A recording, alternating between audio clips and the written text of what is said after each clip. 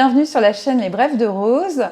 Je vous présente aujourd'hui Serge Leterrier et Laurence Leterrier qui sont venus nous parler du livre de Serge et de Laurence, Le feu sacré des sages voyageurs. Merci tout d'abord de nous inviter. Merci à toi. Avec plaisir. Merci Michel et merci d'avoir eu cette intention de nous faire cette interview. Avec plaisir. C'est un plaisir pour moi aussi. Serge, du coup, je t'ai rencontré par hasard sur un salon il n'y a pas très longtemps. Oui. Et tu étais venu présenter ce livre et un jeu de cartes dont on parlera ultérieurement. Tout à fait. Est-ce que tu peux nous parler du coup de ce livre ? Oui, ce livre est une synthèse de tout ce que j'ai fait dans ma spiritualité. C'est une synthèse d'une expérience extraordinaire que j'ai vécue, qui est le voyage astral. Ouais. J'ai commencé à voyager astralement dans les années 87, 88, 89, et ça a continué après sur une lancée de 25 ans. Ouais, 25 ans de voyage astral. 25 ans de voyage astral et certaines périodes très denses où mon épouse Laurence et moi-même subi, c'est pas tellement le terme, c'est qu'on on a été dispensé d'un enseignement extraordinaire au niveau des connaissances universelles et surtout de la spiritualité que l'on devait intégrer dans notre vie quotidienne, dans notre vie de tous les jours. Oui, c'est pour ça que Laurence, elle est là. Laurence, en fait, ce qui est quand même incroyable, j'ai pas fini de lire le livre, mais c'est quand même dingue. Tu suivais Serge, en fait, dans ses voyages. Oui, j'étais sa petite Luciole. C'est ça. Mon Jiminy Cricket. Dans le sens qu'on ne faisait pas le même voyage. Moi, je me décorporais pour rentrer dans ce voyage astral avec mon corps de conscience.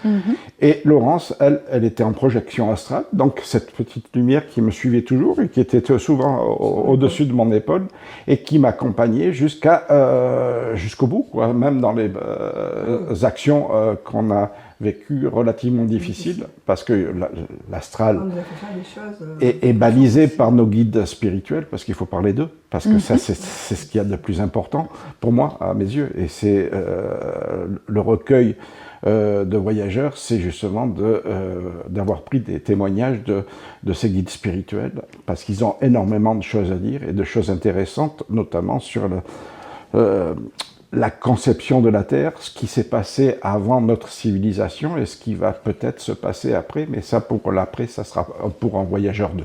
Voyageur 2. Donc là, on est d'accord, c'est pas vraiment un roman. C'est pas un roman du tout. C'est pas un roman du tout. Il y a une partie autobiographique où j'explique comment je suis venu au voyage astral, c'est-à-dire que je suis venu au voyage astral, j'avais 5-6 ans. Oui. Le manque de mon père qui était... je ne savais pas, non, ça, je suis à 5-6 ans, après. Oui, tu arrivais à voir ton père qui était... Qui était dans la marine marchande, il nous manquait à moi et à ma maman, et donc j'avais quelque chose en moi qui me poussait à aller au-delà de mes possibilités, et d'un seul coup je me suis décorporé et je suis allé voir mon père la première fois sur son bateau. Il était amarré dans un port, je ne me rappelle plus le nom, c'est marqué dans le livre, dans un port algérien, et donc et tu as dit à ta mère papa va bien, papa va bien, il travaille, il va bien, il est en pleine santé.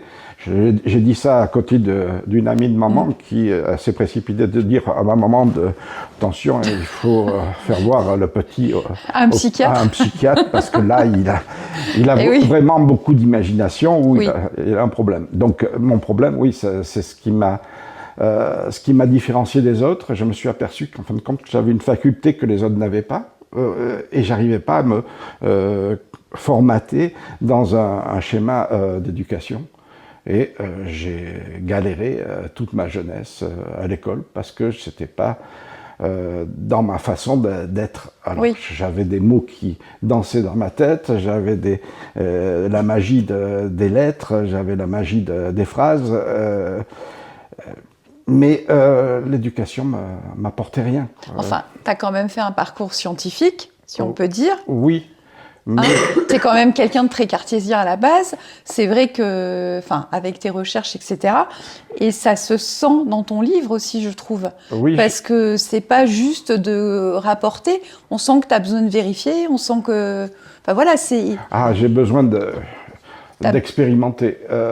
J'ai besoin d'expérimenter parce que mon parcours, bon an, mal an, m'a amené à être dans le paramédical, technicien en virologie et microbiologie, Oui. où j'ai appris déjà à lutter contre moi-même, c'est-à-dire j'avais une mésophobie, peur des souillures et peur des microbes, et d'aller directement à la source, ça m'a énormément fait du bien. Eh oui. Et donc j'ai appris aussi ce qui était biologie, chimie, physique. Donc c'était tout un champ opératoire qui m'a mené en dehors aussi. Finalement, de l'infiniment petit à l'infiniment grand. Voilà, hein. c'est ça. C'est ça qui est extraordinaire dans la science, c'est qu'on touche vraiment du doigt la multitude de possibilités que l'on a dans la spiritualité. Oui. Et par contre, il faut expérimenter. Et ça, j'ai expérimenté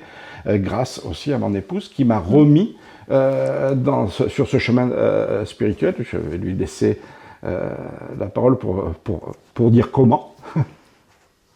Disons que moi, le fait que j'ai perdu maman très tôt, je la voyais, donc pour moi jusqu'à là, normal, et puis jusqu'au jour où j'ai une amie qui m'a dit « Il y a ta maman à côté de nous ». Et là, grosse question. Maman est à côté de nous? Ben oui, mais comment elle est? Je lui ai posé des tonnes de questions, donc elle me dit comment maman est tout. Je lui ai dit, mais si tu la vois, c'est qu'il y a quelque chose qui existe. Et là, les questions, j'avais 15 ans. Et là, ça commençait à tourbillonner et je me suis dit, ouais, il y a vraiment quelque chose. Bon, maman, c'était moi qui l'a créé. Pour moi, c'était normal. Mais là, si mon ami la voyait, c'était vraiment autre chose. Et donc, bon, ok, donc je me suis dit, en fait, je suis pas folle, je vois plein de trucs et tout. Et puis la vie, c'est magnifique. Un jour, je rencontre un monsieur qui était magnétiseur et puis qui a pu me mettre des noms, des mots, plutôt des mots, sur ce que je faisais. Il fait, mais tu voyages, enfin, je dis non, je sais pas ce que je fais. Je le fais tellement naturellement, je vois plein de choses, je lui explique un peu ce que j'avais. Il fait, mais vraiment, mais t'as un don. Je regarde, je fais, ah bon? Qu'est-ce qu'il me dit le monsieur? Et puis du coup, moi j'ai beaucoup échangé avec ce monsieur. Et puis je l'ai gardé vers nous à manger parce que je voulais qu'il rencontre Serge. Et ce monsieur avait une amie qui faisait des sorties astrales. Donc qu'est-ce que c'est? Donc on est allé voir ce que cette jeune personne faisait. Bon, elle n'allait pas à un endroit qui nous plaisait. Donc, bon, et Serge a dit, mais si elle fait ça, je peux peut-être le faire. Et c'est là où Serge s'est mis à vouloir faire des sorties astrales. Il me dit, mais comment tu fais? Je lui dis, je sais pas, moi je pense et j'y suis. Je vois, je peux pas expliquer, chouchou. Alors moi, il s'est mis pendant 1 an à vouloir faire ses sorties astrales, jusqu'au jour où il a pu y arriver, le pauvre. Oui, parce qu'en fait, quand tu étais petit, tu les faisais naturellement. Oui, mais je savais pas ce que c'était. Exactement, le problème était là. Et j'avais pas conscience que j'en avais déjà fait. Oui, c'est ça. Même en voyant cette jeune femme partir, je ne sais où, enfin, elle partait là où on voulait pas aller. Mais par contre, en plus, il n'y avait pas une littérature extraordinaire à cette époque, dans les années 80, là-dessus, à part Anne Gévaudan et certains autres. Alors, je me suis un peu documenté à travers les exercices de yoga, parce qu'en fin de compte, c'était une question de respiration, une question aussi de vidange de son mental, avoir le moins de pensées possible. Et aussi, je me suis orienté vers la maîtrise, vers le Tao, la voie de la sagesse, donc, qui m'a permis de me donner un comportement en adéquation avec ce que je voulais faire et expérimenter. Toujours expérimenter. Oui, parce que j'étais dans l'expérimentation. Et comme je suis quand même quelqu'un qui veut aller jusqu'au bout, j'ai attendu un an et demi pour faire ma première décorporation qui m'a fait aller au plafond et j'ai vu mon corps en bas. J'ai eu la peur de ma vie. Je croyais que j'étais mort, donc je suis redescendu avec fracas et je me demandais ce qui s'était passé. Et je me suis aperçu après que j'avais fait vraiment pas le voyage astral, mais cette décorporation qui était les prémices peut-être de futurs voyages astraux. Alors je vais voir Laurence, et il était 2 ou 3 heures du matin, je lui dis, ça y est, j'ai fait... Tu peux pas dormir, tu te lèves demain. Donc c'est vrai que ça m'a un peu refroidi au début, mais bon... Et après, il a fallu que je recommence à travailler avec toujours cette pensée que j'en avais fait un et que je savais pas comment je l'avais fait. Ouais. C'est toujours le problème quand tu le fais et que quand tu travailles dessus et que ça s'arrête pas, les jours passent et d'un seul coup ça arrive, tu te rappelles plus les éléments que tu as utilisés. Et puis un jour, ça s'est quand même débloqué. Là, vers toi. j'ai évité de voir mon corps en bas pour pas redescendre avec fracas parce que je savais pas comment j'allais réagir, et puis je suis allé dans mon environnement, donc là où j'habitais. Alors pour prouver ce que je voyais, on faisait le test parce que moi il me fallait des tests, voir les plaques d'immatriculation dans le village. Et quand je revenais du voyage, y aller vite et puis regarder ces plaques d'immatriculation. Et puis bon, ça c'était... On a fait ça 2-3 fois, puis après, bon, ça va, tu arrives à sortir maintenant. Donc on avait la preuve déjà qu'il y avait une conscience décorporative qui amenait quelque part. Et notamment dans le côté invisible des choses, puisque mon corps, je le voyais, mais a priori personne ne le voyait. Et donc, ça m'a amené à travailler, je sais pas, l'astral n'était pas encore là, hein. J'étais dans les prémices, mais j'ai voyagé, je suis allé en Égypte, parce que c'était ce qui m'avait le plus influencé dans ma jeunesse, cette civilisation qui était pour moi quelque chose d'extraordinaire, que je ressentais au plus profond de moi. Et mon incursion m'a amené d'un seul coup, avec ma petite Luciole Jiminy Cricket à côté de moi, dans le temple d'Isis à Philae, mais le temple qui est englouti aujourd'hui par rapport au barrage d'Assouan, qu'ils ont reconstruit sur le côté. Mais moi j'étais dans cet ancien temple, et j'étais rentré dans le temple. Il y avait en face de moi le Naos, qui est le centre énergétique de ce temple. Et un jour, lors d'une de mes décorporations, j'ai vu un être de lumière extraordinaire, hyper grand. Ah oui, tu en parles dans ton livre. Oui. Je parle de tout ce passage. Oui, qui s'est fait appeler 11. Nombre mystérieux pour moi. Et j'avais plein de questions que je n'ai pas posées parce que j'étais complètement ému et impressionné, sûrement. Impressionné, oui, très impressionné, parce que dans le voyage astral, on a la conscience terrestre. Alors, c'est Serge qui était impressionné dans cette conscience. Mon être originel, lui, non, n'était pas impressionné, puisqu'en fin de compte, il était dans le schéma, mais moi, j'étais impressionné. Laurence l'a été aussi. Ah oui, franchement, puis de voir cette lumière, puis cet amour. Alors, cette lumière, on n'en voit pas sur la Terre. Et puis, tu reçois cette dose d'amour, tu ressens, tu es obligé de la ressentir, tu es dans le mouvement, et c'est vraiment... Là, moi qui parle bien, là, j'ai pas parlé. J'étais ça t'a cloué le bec, c'est ça? Ça m'a cloué le bec. Alors là, j'étais comme ça, t'es émerveillé, puis on vit quelque chose de magnifique. Quoi. Oui. Et c'est vrai que tu as plein de questions à poser, mais tu peux pas, tu reçois. Moi, je crois qu'on a reçu une dose d'amour, une dose de lumière, une dose d'amour qui était inconditionnelle. Enfin, il n'y a pas de mots, c'était chouette. Ah, c'était de la pure lumière. Après, il a fallu qu'on partage, on était 6. Donc, il y avait un monsieur qui voyait un petit peu, mais bon, pas autant, enfin voilà. Donc nous, on essayait de partager ce qu'on avait vécu et tout. Et Serge a dit non, mais on ne peut pas continuer comme ça. Oui, c'est ça, parce qu'à un moment donné, vous étiez en groupe avec des amis, et puis toi, tu voyageais avec ta petite Luciole sur l'épaule. Mais en fait, à part ça, les autres, si j'avais bien compris, tu revenais, tu expliquais. Voilà, et dans l'interprétation de notre positionnement et de notre corporalité, on fait bifurquer une certaine partie de la vérité. Et donc ça me plaisait pas du tout, dans le sens où j'avais l'impression de pas être à la hauteur de ce que je faisais. Et alors que j'ai demandé aux guides, et ces guides m'ont dit oui, il y a d'autres solutions, celle d'investir ton corps et puis de faire la formation à tes amis, mais pour ça, il va falloir que tu fasses une petite initiation, enfin une petite, ils n'ont pas dit petite parce qu'ils disent jamais Oui, petite, oui. une initiation pour pouvoir accepter la réception. Parce Pour que ton corps, en fait, Oui. puisse... Voilà. Et puis soit sécurisé aussi. Oui. Par contre, il y a un revers de la médaille, il va falloir que tu arrêtes un jour le voyage astral. Ça ne peut pas durer ad vitam Ouais, aeternam. d'accord. Ça a quand même duré 25 ans. Oui, donc, 25 ans, c'est quand même bien. C'est quand même Ouais. bien. Et puis, donc, dans ce livre, tu relates beaucoup d'expériences, pas toutes, j'imagine, parce qu'il Non, n'y aurait pas eu assez de ce livre. non. Tu sais, comment tu as fait ton choix? C'est un choix de sensibilité, je crois. Avec Laurence, on en a beaucoup parlé de ce livre, parce que moi, je ne voulais pas le faire.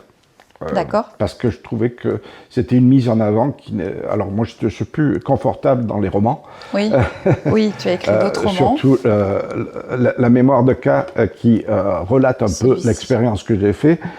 Mais là, c'est de la fiction, donc là, c'est un régal. Pour moi, c'était très, très, très bien comme ça. Et les guides m'ont demandé de faire ce livre. Moi, je savais depuis un moment. Et On là, m'avait dit, mais je lui avais passé le message, mais il se bloquait. Il ne voulait pas. Il voulait pas. Jusqu'au jour où la vie, merci la vie, on a une personne qui est venue nous voir et qui s'appelait Marie et elle ne nous connaissait pas, hein, elle était venue complètement pour autre chose. Et elle regarde Serge, elle fait mais quand est-ce que tu écris tes mémoires et tu écris ce que tu as écrit. Et là, elle m'a regardé, je l'ai regardé, je me suis éclatée de rire en disant ah merci, quelqu'un d'autre qui me dit. Bah là, il a cogité, mais il a attendu 2 ans avant de le faire. Hein, 2 ans Quand même. non, parce que pour moi, c'était une action narcissique. Alors, c'est idiot, Oui. mais c'est les rouages de l'enfance Oui, bien sûr. qui revient à l'éducation. Et je trouvais ça très narcissique de parler de soi. Oui, sauf qu'en fait, tu parles quand même de toi au début pour expliquer un peu. Et je trouve ça bien parce que du coup, on voit bien que tu n'arrives pas au voyage astral comme ça. En fait, tu en faisais déjà petit. Puis la vie, comme pour tout le monde, en fait, a fait que tu t'en es écarté. Et puis voilà. Et ensuite, tu y reviens. C'est quand même très complexe. C'est à la fois hyper intéressant, hyper. Enfin, comment dire? Je ne vais pas dire que. On se demande si on n'est pas presque un peu. Comment dire, on sent que c'est pas de la fiction, on sent que tu l'as vraiment vécu, et en même temps c'est tellement riche d'infos, tellement, il y a tellement de trucs, c'est complètement dingue. Enfin, on se dit mais waouh. Mais c'est comme l'histoire de la Terre. Quand on fait une tranchée sur la Terre, il y a des strates. On voit comme ça, on peut lire dans chaque strate ce que la Terre a vécu. Oui. Ce livre, c'est ça, c'est-à-dire que chaque témoignage de guide, il y a des strates. Et il y a des strates qui sont à la portée de certains. Il y a des strates importantes et il y a des strates moins importantes qu'il va falloir peut-être développer un peu plus tard. Donc, c'était pas une lecture unique, c'est une lecture de reprise. C'est un recueil de témoignages de guides qui m'ont fait le plaisir et l'honneur de nous offrir ce genre d'expérience, alors que je dise, parce que ça j'ai oublié de le dire, que je l'ai fait en canalisation. Oui, c'est vrai, C'est-à-dire tu as raison de le dire. Une canalisation, telle que je la fais, il y a toujours une préparation. Il y a toujours, pas un rituel, je n'aime pas le mot rituel, mais un schéma de pensée. C'est-à-dire qu'il faut protéger déjà le canal. Donc on a des êtres de lumière qui nous aident à protéger le canal. Il y a un ange qui est approprié et moi il s'appelle Meyel, qui est un ange qui est adorable, qui protège vraiment ce canal, et pour qu'on puisse après, que je puisse après recevoir, faire le récepteur du message. Oui. Alors quand je reçois le message, je l'entends pas, je le note. C'est pas de l'écriture automatique, je l'entends, c'est sûr, autrement je ne pourrais pas le noter, tu pourrais pas mais l'écrire. je le comprends pas. Je note, ça se passe très rapidement, et après je relis. Et quand j'ai relu, je me suis dit, wow, c'est quand même, même moi, je butais sur certaines choses. Oui, oui, mais... Alors, quand je dis même moi, c'est pas par rapport à une prétention. Non, c'est je que comprends bien. en l'ayant écrit, j'ai appris qu'en fin de compte, tout dépendait, chaque témoignage dépend du développement qu'on a et de l'éveil qu'on est en train de faire. D'accord. Et c'est pour ça que c'est un livre de reprise qui doit j'appelle ça des livres de chevet. Quand on en a besoin, on le prend. Et quand on n'a pas besoin, on le pose. Ouais, mais il ne faut pas le lire comme un roman. Oui, oui, c'est ça. Mais enfin, moi, comment dire, quand je t'ai rencontré, je l'ai pris parce que ça m'a intriguée. Ouais. Je suis curieuse. Donc voilà. Mais c'est vrai que oui, c'est à la fois une mine d'informations, à la fois ça peut paraître complètement hors sol. Et alors qu'en fait, non mais c'est vrai que ça peut paraître hors sol. Et en même temps, on se dit waouh. Et effectivement, j'avais discuté avec toi, donc je pense pas que tu aies besoin d'une camisole. Donc, oui, mais la schizophrénie, c'est la particularité de chaque auteur. Mais bon. Oui, non, mais c'est une bagounette. Mais c'est vrai que, voilà, c'est ce que je t'ai dit, c'est hyper complexe. Il y a des fois, je relis, et je pense que comme tu l'as dit... On fait les guides au moment où on a commencé les sorties astrales, quand les guides sont venus parler à travers la bouche de Serge, on était comme 6 voire 7 personnes qui venaient, on a voulu faire des enregistrements, et ils ont dit mais c'est pas la peine. Pourquoi ? Parce que chacun d'entre vous prend ce qu'il a à prendre. Et ce livre, il est pareil, chaque individu prend ce qu'il a à prendre et au degré où il doit le prendre et tout. C'est pour ça qu'il faut le lire et le relire. C'est ça quoi. Alors j'ai une anecdote d'une personne que je ne connais pas du tout, qui était du Canada, qui m'a acheté le livre. Et on a commencé à avoir une correspondance. Et elle me dit, j'ai acheté votre livre, j'y comprends rien, mais je pleure tout le temps. Ah, c'est fou. Et elle m'a dit, mais votre livre m'a fait un bien fou, je suis en train de changer. Autour de moi, j'ai des amis qui reviennent, j'ai des portes qui s'ouvrent. Je n'ai toujours pas compris ce que vous aviez marqué. Mais par contre, chaque fois que je le relis, j'ai toujours cette émotion qui est... Alors, bon, oui. Non, mais c'est vrai que c'est... moi, j'ai pas fini de le lire, mais c'est impressionnant, quoi. C'est impressionnant. Il y a beaucoup d'informations. Oui, il y a beaucoup d'informations. Ça a été un livre où les guides nous ont déjà tracé la naissance de la Terre jusqu'à l'apocalypse du déluge, enfin jusqu'à la fin de l'Atlantide. Mais entre ce raisonnement, il y a une multitude d'informations, mais des informations historiques, des informations galactiques, des informations transpersonnelles, des informations... le début d'ailleurs des témoignages, c'est se positionner. Il y a Christone qui est ex-11, puisque on a su après son véritable nom, il s'est appelé Christone. C'est un guide extraordinaire, c'est un enseignant hors pair. J'aimerais bien qu'il y ait des enseignants comme ça dans l'éducation nationale, même si c'est des fois complexe, c'est beaucoup imagé. Il y a d'autres enseignants qui ont traversé notre vie. Chang, il y a Juas, c'est des êtres, Sérapis B actuellement, qui est un maître ascensionné. C'est un délice, parce que on boit à la source divine. On est inondé. Alors c'est vrai qu'après, le caractère de l'être que je suis reprend le dessus, il y a le mental qui revient, mais chaque aujourd'hui canal que je fais, et je vais recommencer un livre, donc ça va être... tu vas faire la suite ? La suite, super. Qui n'est pas forcément une suite, c'est un mouvement, une ondulation vers ce que l'être doit être. Donc là, les guides vont être beaucoup plus dans l'enseignement que dans le témoignage. C'est ce que j'allais dire, dans la guidance, voilà, en fait. Dans la guidance. Dans la guidance. Là, c'était pour donner une position par rapport au principe terrestre, par rapport au principe d'incarnation, de réincarnation, et par rapport à la puissance de cette Terre qui a autour d'elle un système solaire qui est extraordinaire et un univers qui est fabuleux. Et je dirais même plus un multi-univers, puisqu'on est dans un champ infini de possibilités. Donc, rentrer dans cet acte de foi et de vie, parce que c'est un acte de foi, parce que le doute est omniprésent. Alors, celle qui a le moins douté de nous deux, c'est Laurence. Parce que j'ai la chance de le voir, en fait. Puis je le fais depuis tellement longtemps. Moi, je voyais aussi. Hein. Oui, tu voyais, mais non, mais moi, j'ai jamais douté. Pour moi, c'était tellement évident, c'était tellement... moi, ils sont là, quoi, c'est tout. Je me suis jamais, non, j'ai jamais douté. Et quand quelqu'un doutait, je fais, mais tu doutes d'une lumière, tu doutes c'est pas possible. Tu doutes de l'amour. Voilà, tu doutes de l'amour. On en parlait quand on était dans les 6 personnes. Tout le monde a douté. Et je leur disais, mais pourquoi vous doutez?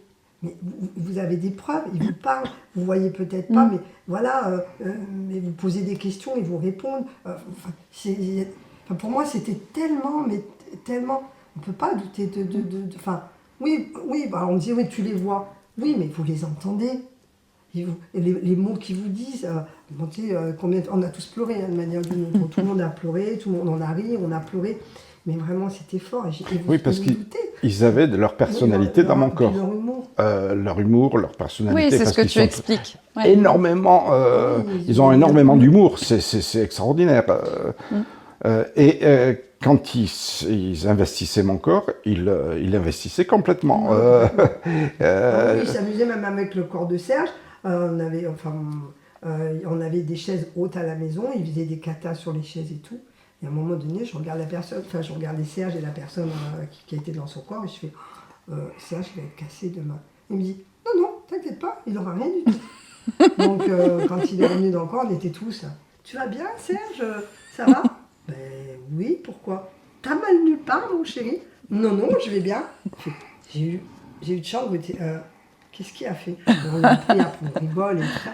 Ouais. On a passé des moments gais, des moments pas tristes, des moments plus, parce qu'on prenait conscience en fait, oui. Puis avec des moments, des tristesses de les laisser, oui. Parce qu'en fait on était sur la terre, moi j'avais quand même mes 2 filles, donc fallait qu'on assume, mais il y avait ces moments en haut, ces moments d'amour, et puis ces moments de la terre, mais c'était très très très fort. On a vraiment, merci, parce qu'on a vraiment vécu des moments magnifiques. Quand on a arrêté, ça a été quand même relativement difficile. Ouais.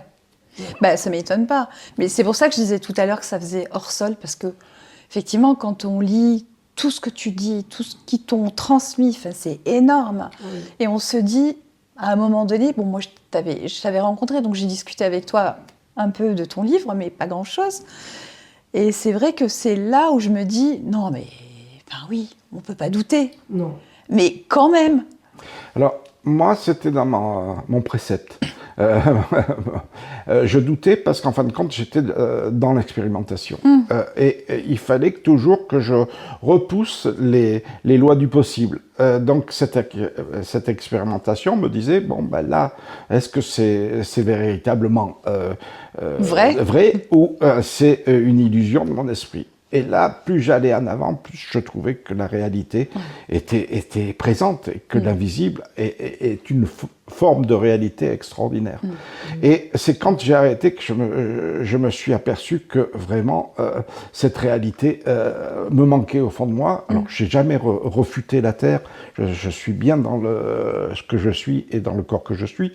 Mais il m'a fallu aussi avoir un laps de temps où il a fallu que je réatterrisse dans les convenances terrestres et que je revienne dans un équilibre. Ouais. Et là, ça a été quand même relativement long, mais là, je suis dans cet équilibre et je suis autant dans les pieds sur terre que dans le ciel maintenant, avec la canalisation qui a été un bonheur pour moi de reprendre contact avec eux.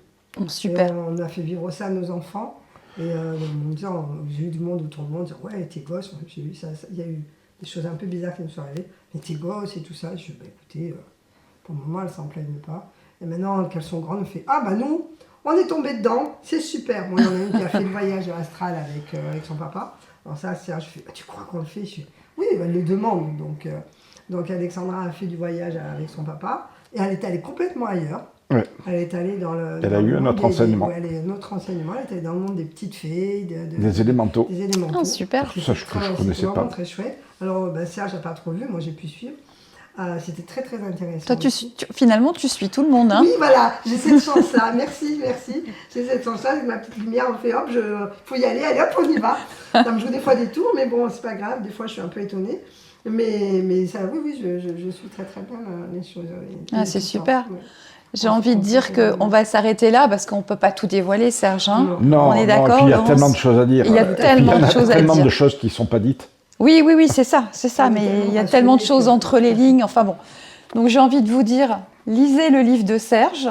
N'hésitez pas à prendre contact, pourquoi pas, avec Serge, si vous avez envie d'en parler avec lui. Et puis, à bientôt pour une deuxième vidéo avec Serge et Laurence pour le jeu de l'harmoniologie, version 2, et le jeu de cartes, oui. Et on en parle tout de suite dans une autre vidéo. Merci beaucoup et merci à vous deux. Merci Michel. Merci.